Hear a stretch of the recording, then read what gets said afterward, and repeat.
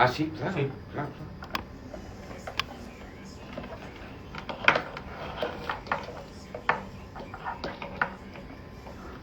Ya estamos de regreso con ustedes aquí en la número 1 y como todos los jueves tenemos este día la visita de Julián Lozano, el licenciado Julián Lozano, para platicar de temas relacionados con pues la historia, sucesos, personajes, incidentes relacionados de alguna manera con la historia de esta ciudad que algunos conocen muy bien y otros tal vez los recién llegados pues no tengan la información para conocer la ciudad que les acoge en estos momentos, que por cierto hay que reconocer es una ciudad muy generosa, muy dinámica, muy relevante en el plano nacional y yo diría hasta internacional. Julián, ¿cómo estás? Estimado Fernando, Rodri, muy buenas tardes. Como siempre, me da mucho gusto saludarlos.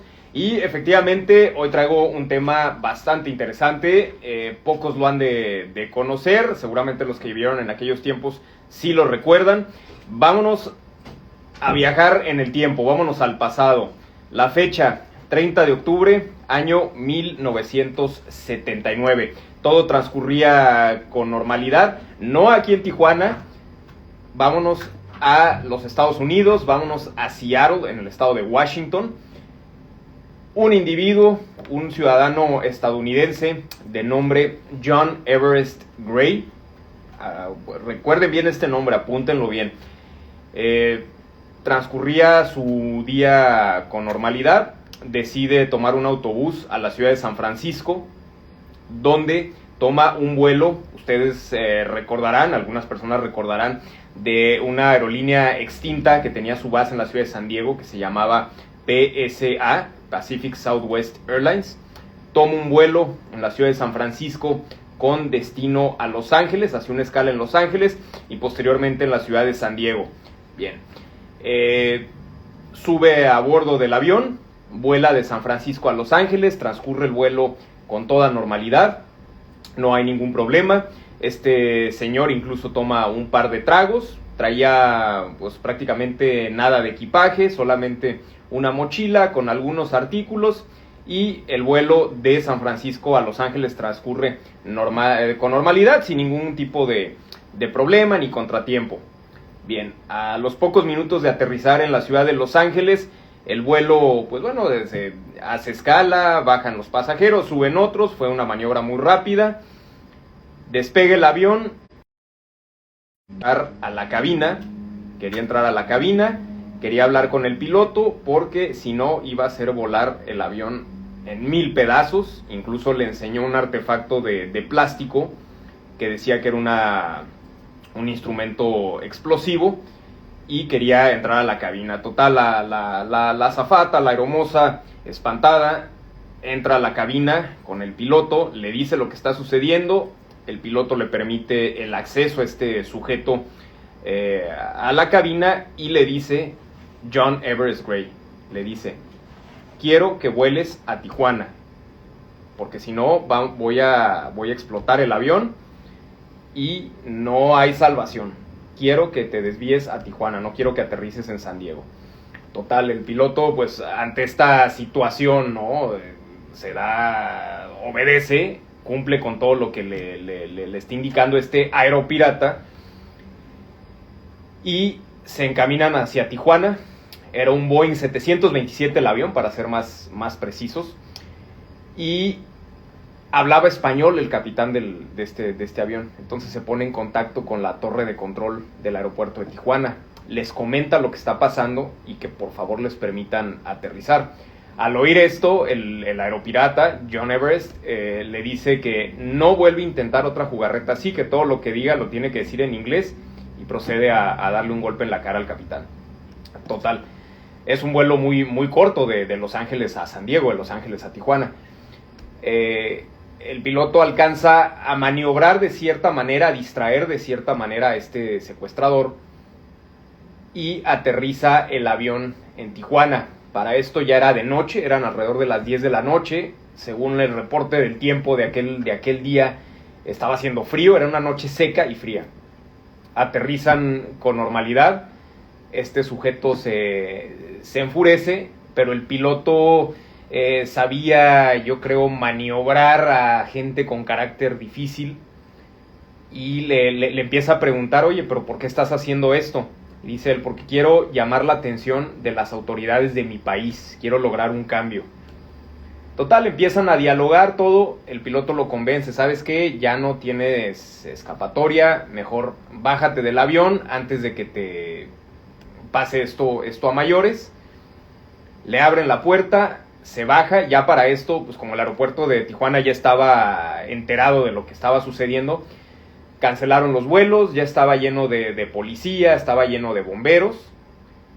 Y pues ya en la pista estaban pues las autoridades, ¿no? Y le dicen al sujeto pues que se entregue. Este señor se entrega sin mayor problema. Obviamente los equipos de rescate, la policía, bomberos, tenían que proceder con mucho cuidado porque no sabían si el artefacto que traía era realmente una bomba. Una bomba, ¿no? Algo que explotara. Entonces se acercan los bomberos. Tranquilamente el señor John Everest ya traía las manos en la nuca. Lo esposan, le sacan el artefacto que traía y se dan cuenta que era un juguete, ¿no? Entonces ya se lo llevan a la comandancia del aeropuerto, lo comienzan a interrogar y él decía eso, ¿no? Que él quería llamar la atención, que quería lograr ciertos cambios en la sociedad. Decía también que el gobierno y algunas personas, no mencionó quiénes, querían matarlo en Estados Unidos. Entonces por eso él había hecho eso y que si no explotaba el avión, estaba yo creo demente, ¿no? Lo quería estrellar en el centro de la ciudad de Tijuana. Y era un avión grande, era un 727. Hay que recordar que un año antes, un avión de esa misma aerolínea, PSA, chocó con una avioneta y se estrelló en un barrio de San Diego, que por cierto en ese vuelo iba la esposa de Facundo Cabral con su niña chiquita y fallecieron. Pero bueno, ese es otro tema, ¿no? Es parte de la historia negra de la aviación de la región. Pero volviendo al tema de lo que sucedió aquí en Tijuana, se lo llevaron después de que estaba en el aeropuerto, se lo llevan al Ministerio Público. Ahí estuvo, siguió haciendo confesiones, comentó que había estado preso en 4 ocasiones allá en Estados Unidos, 2 de ellas en instituciones de salud mental. Las autoridades mexicanas, pues bueno, dicen, pues aquí en sí no cometió ningún delito, no le vamos a levantar ningún cargo. Ese fue el argumento que esgrimieron las autoridades mexicanas en aquel tiempo. Es un delito federal. Es un delito federal, no, sí, exactamente, pero decidieron no hacerlo. ¿Por qué razón? Lo desconozco. Pero deciden entregarlo a las autoridades migratorias de México para que lo deportaran porque el FBI lo pidió. Porque se trataba de una aeronave estadounidense, claro. Totalmente. Entonces ya lo deportaron, lo someten a juicio en Estados Unidos y ya lo condenaron a 29 años de prisión por su chistecito, ¿no? No hay mucha información de este suceso. Están los recortes de periódico, incluso el Heraldo de Baja California, periódico de aquel entonces lo publicó. Si uno va a una hemeroteca y revisa los periódicos de esa fecha, del 31 de octubre del 79, 1 de noviembre de ese mismo año, te aparece esa información. Incluso el New York Times también lo publicó. Pude encontrar en línea una versión digitalizada de la página donde se menciona este suceso. El New York Times, que no es cualquier medio, pero cayó en el olvido.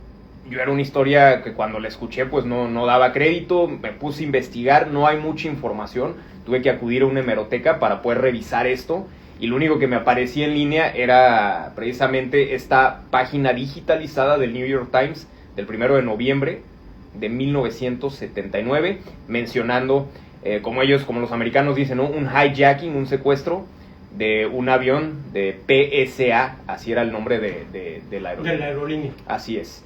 Entonces es un suceso que prácticamente en Tijuana nadie conoce, a pesar de que sucedió. Repito, a lo mejor la gente que vivió en esos años y que le tocó vivirlo en el aeropuerto y que todavía están vivos, pues sí lo han de recordar bastante bien. Además ya estaba el actual aeropuerto, ya no era ya estaba el actual. En la 70-76. No, ya era el aeropuerto nuevo. Sí. Así es. Entonces es un episodio de la historia un poquito negra de la aviación relacionado con esta zona, porque ha habido otros episodios. Lo mencioné, el avión de esta misma aerolínea que choca con una avioneta y se estrella en San Diego el año anterior, en el 78. Luego en 1986 el accidente que hubo en Cerritos, cuando un avión de Aeroméxico que había despegado de aquí de Tijuana con destino a Los Ángeles, también colisiona en pleno vuelo, bueno, en maniobra de aterrizaje con una avioneta. Ese es otro. Que estaba en una ruta equivocada esa avioneta. La avioneta, exactamente. Y también el incidente que en 1999 también fue muy sonado del avión de Taesa, ¿no? Que había despegado aquí de Tijuana y luego al hacer una escala en Michoacán, ya con un vuelo programado para la Ciudad de México, pues bueno, se estrella en un campo de aguacates. Entonces, es parte de la historia un poquito oscura de la aviación lo relacionado con Tijuana y con San Diego. Pero quise mencionar este caso en específico porque pues Tijuana sí estuvo involucrada, era blanco del ataque de este personaje, que en realidad era un juguete lo que traía. O sea, era un Pero tipo aquí, desquiciado. ¿Qué habrá querido llamar la atención? ¿En qué sentido? ¿Qué sentía que estaba pasando? Según lo más que pude yo investigar de esto, porque no hay mucha información, él quería simplemente fue lo que dijo, llamar la atención del gobierno de mi país, y decía que lo querían matar en Estados Unidos, pero jamás aclaró ¿Por qué? quién o quiénes y por qué querían ejecutarlo.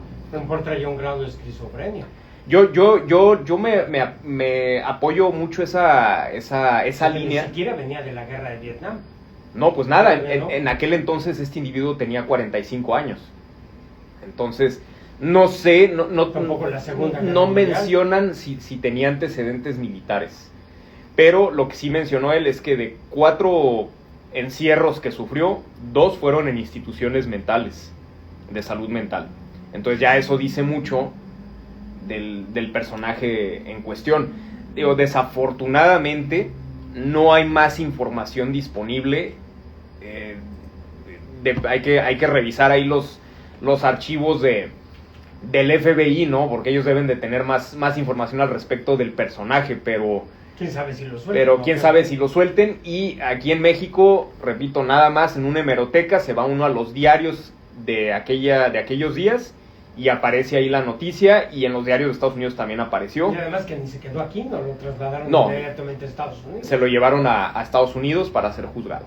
Eso fue lo que sucedió, pero es un episodio interesante Muy porque... interesante, realmente muy poca gente debe de conocer. Así es. Marcan la historia de Tijuana, como bien lo dices. Así es, el personaje se llamaba John Everest Gray. Igual no hay mucha información en línea, en ningún buscador.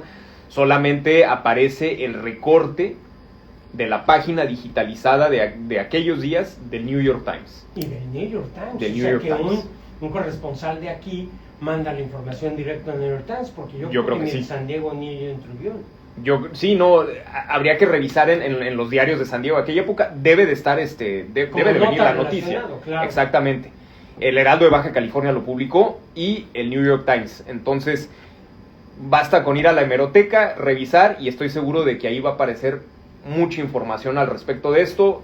Yo lo que investigué fue con periódicos. Oye, precisamente muy de interesante, hiciste de un esa buen época. trabajo de investigación, porque te fuiste realmente al físico, no en línea. Sí, no no. es un Google y ya te lo contesta Google. No, me fui a físico y tratar de contrastar la información que yo tenía con lo que pudiera aparecer en línea, que en línea es prácticamente nada, solamente esa página del New York Times. ¿Consultaste la hemeroteca aquí del IMAC o dónde Sí, fue? sí. Con Aquí. el IMAC, no en el centro. Sí, así Sí, es. porque es la más completa que hay en la ciudad realmente. Así es. Ahí la chamba que ha hecho Gabriel Rivera como historiador ha sido asombrosa. Extraordinario. Contaba todos los periódicos, los buscaba, recortaba, hacía mucho trabajo realmente, los empastaba.